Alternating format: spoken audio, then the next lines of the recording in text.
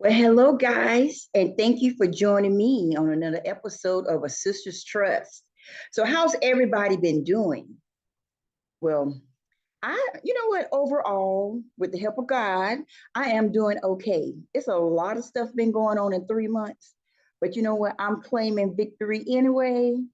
Well, I was sick, I had a little touch of pneumonia, but I still kept babysitting and trying to meet other people's needs. A few cool things though happened since in this 3 months. Last weekend, I got to do my 40th class reunion anniversary. Yes, 40th. So it was so much fun. You know that everybody gotten older, but it's so funny because when you see their faces, they all look the same. You just know that they're older, and you know that they had a family. Got to see some of their family, and that was pretty neat. And just seeing some of the characters who grown up, who really ain't grown up, they're still the same.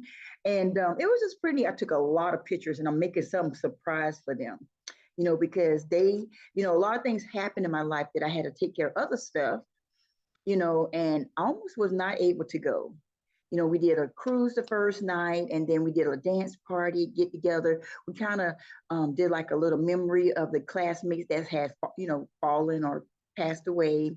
And then we had time together, and then we all went to church on the next day.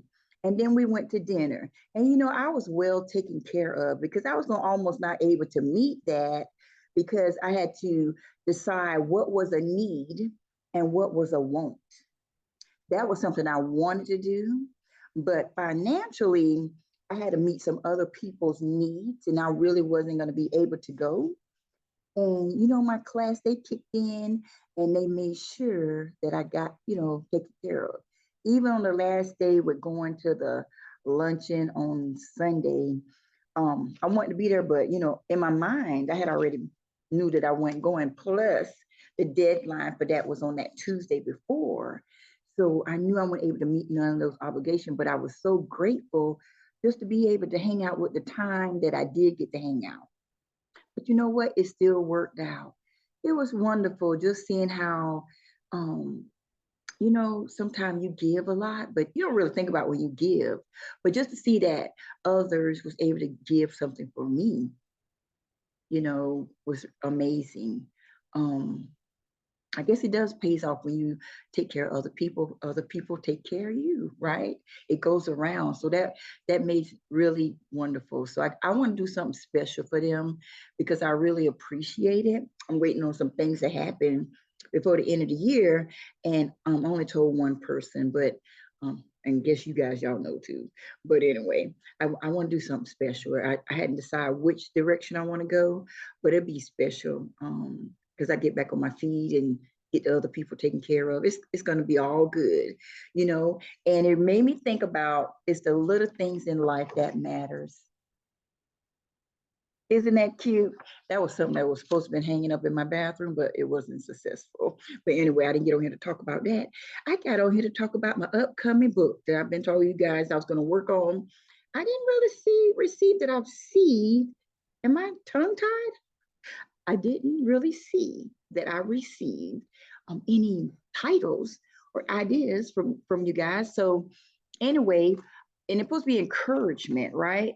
And one book is going to be called, so far I'm thinking it's going to be called A Slave in Bondage. You know how we could be slave to so many different things, that we start doing things that's constant in our lives, right? You know what constant mean? To completely keep doing the same thing because that's what you always done.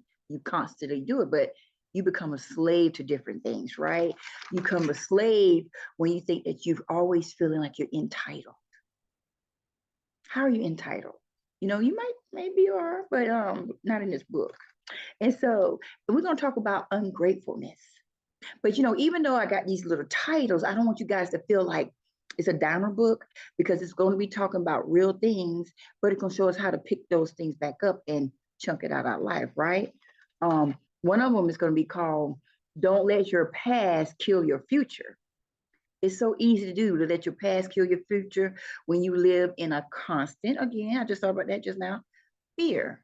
Because a lot of times you can let fear hold you back from so many different things.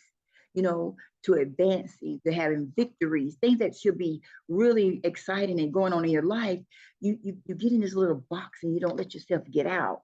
We need to remember when. We need to bring back that joy and not let it be stolen. You need to not be selfish. When you don't share yourself with others, you're being selfish. Um, okay, I put what or who is your resource? Who are you hanging around? um Fear. And I want to have different women maybe share some stories. I hadn't told them yet, but that'll be on my next thing on my agenda. And I got some few t-shirt ideas to promote my book and promote what I'm trying to do. So I'm really excited about that. So that's why I got on here, just to tell you guys I have not forgotten, and that's what I'm working on, right? So you can still write in and let me know how you guys been, how's everything going. Or one thing in the other book is, when I think about being a slave, sometimes when you don't apologize and you don't have forgiveness in your life, it holds you down. You have to forgive yourself first, right? And then you can be able to forgive others. Or you have to forgive others even if you never talk again. And it lets you free yourself. It frees your spirit and your heart, and it don't keep you in bondage, because you don't have to have that constant thinking of, there go that word again, constant.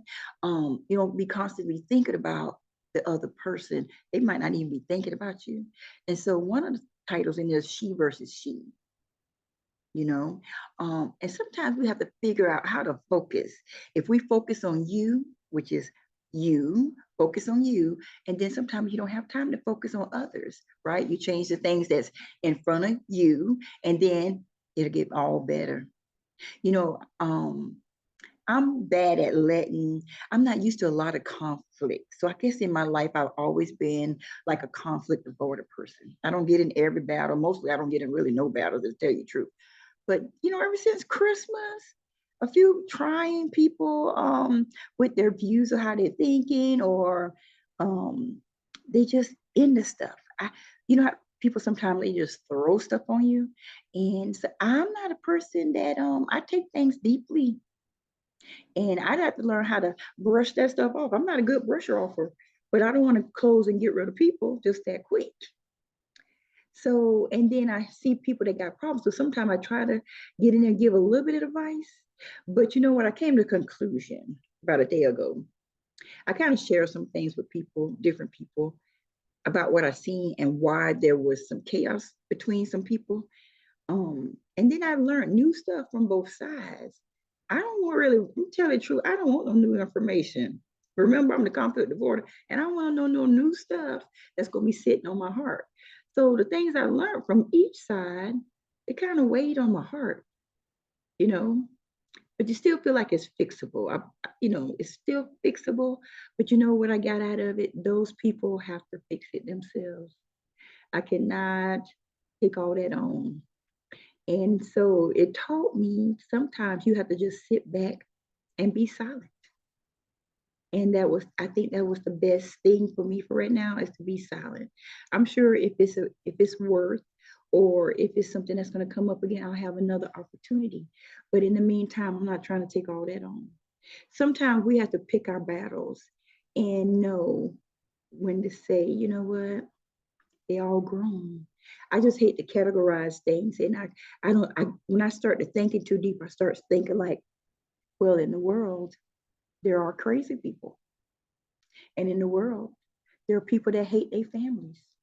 And in the world, I ain't gonna say that, but in the world, it's different type of people, right? So sometimes when I'm overthinking, I start putting people in those categories. So it's like something for myself to say, hey, this is reality. But it don't have to be reality. You can help some of these people, right? So I just need a break right now. That's all I can say before I start rambling and talking in circles. Anyway, because I ain't going to talk about them, I got to talk about my book. See, I worked on it this morning when I was all bright and shiny. Now it's in the middle of the night. Well, 6 o'clock. And but I think I still feel okay. I got some energy going. But anyway, let me stop right there, y'all. I just want to say thank you for joining me on the Sisters Trust. If you guys get any ideas, you know where to chime in at, and let's keep it going and get some, you know what? And it's about time for me to start interviewing some women this summer. All right, love you all, and have a great rest of your evening.